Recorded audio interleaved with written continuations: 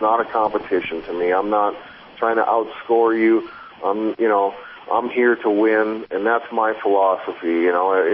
I'm here to hurt you and to get this fight over with so I can get out of here without least amount of damage. Right.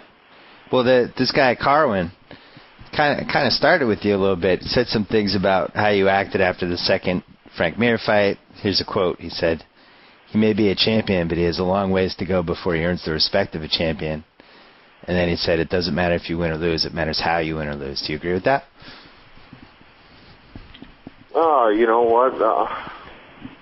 Regardless of what anybody says, I'm the champion. Nobody's beaten me. I hold the title, so I don't care what anybody says about me. Did he get? Frank Mir, it seemed like by the time that second fight started, you really wanted a piece of him. Do you feel like you're at that stage with Carwin yet, or no? Well, I wanted a piece of Frank purely because just to avenge the loss that I felt that I had given to him, and so there was a lot. There's the animosity in itself. But as far as towards Shane, no animosity. This is what it has to be, and we're going to get in there and duke it out, and the winner will prevail that evening, and we'll all go home, and that's the way it'll be. I am a big wrestling fan, or at least I was. I've gotten out of it, but I still, when you grow up with it, you're always going to care. You had a long dalliance with the WWE. You actually won the title 3 times. I think you lasted there 3 years. You won the King of the Ring, which I thought was impressive. But you ended up leaving because you wanted to play for Minnesota Vikings, and pretty controversial. You couldn't get out of the contract, all that stuff. When you look back at those 3 years with the WWE, what stands out?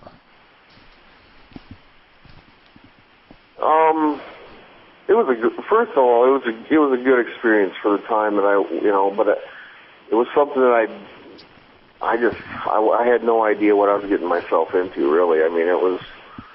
I had never watched wrestling my entire life, and it just so happens when I got down there, I was, somewhat good at it, and it just kind of took a life of its own. And without Vince McMahon and the WWE, I would have never met my wife. I would never have the visibility that I've gotten.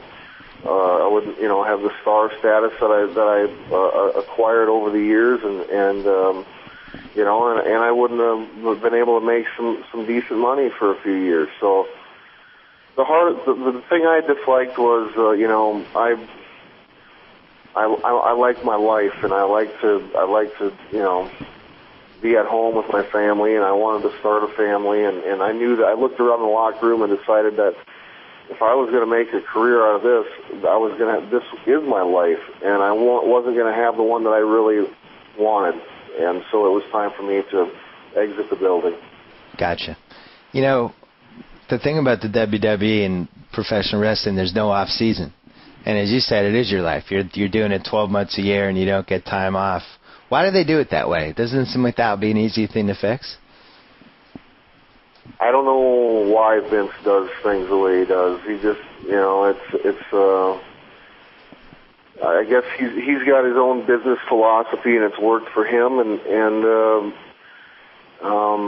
don't know. I think things could be different. I think he'd have a better atmosphere around the business if there was some kind of a rotation where you could get some time off and people could keep their sanity a little bit, But I think when you're on the road that long and you work for, I felt like I was almost brainwashed, and it was like one of these things where you get up, you do this, you go to a different town, and all is the same, and he's got you in this routine, and if you get out of it, you might not want to come back. So that's probably why he keeps you in it.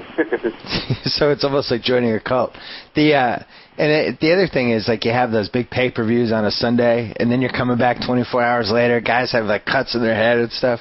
And then physically, you're taking these major bumps. And without an off season and without having time to bounce back, it just seems like that would take an incredible toll on your body. Did you feel that way when you were doing it?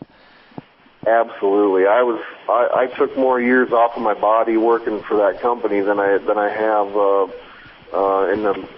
in the years I've been training as an athlete. Yeah, it's a grind. It's not for everybody, that's for sure.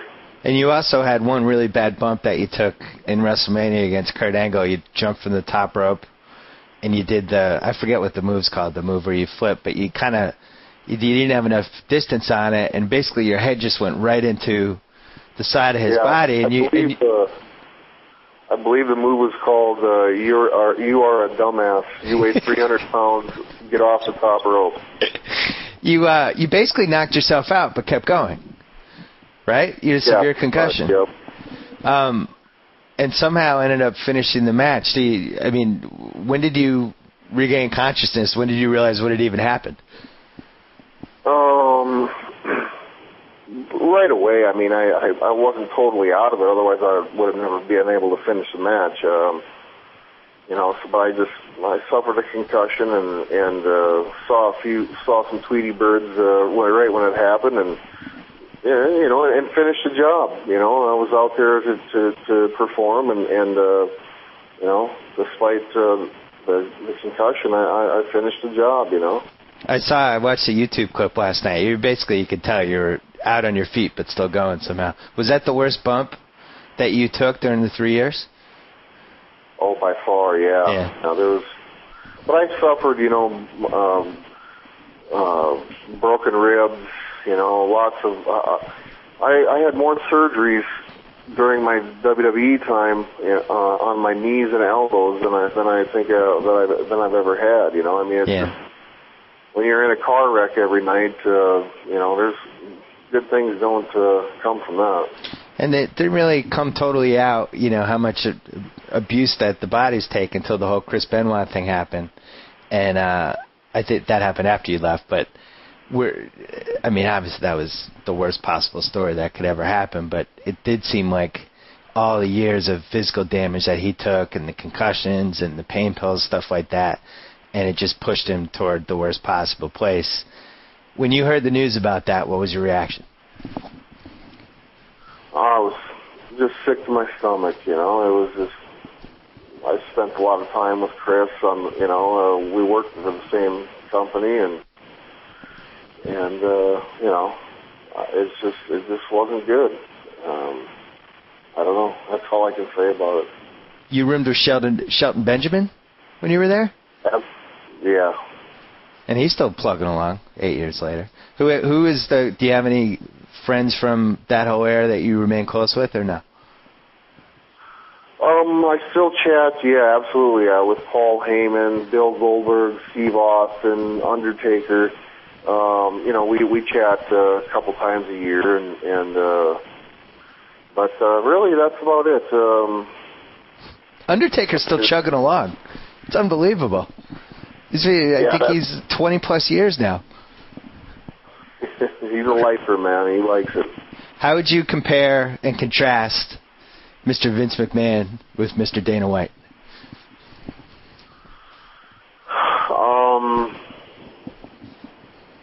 Wow, it's just two. I believe they're just totally opposite people. I think. You mean you're talking about people or business people?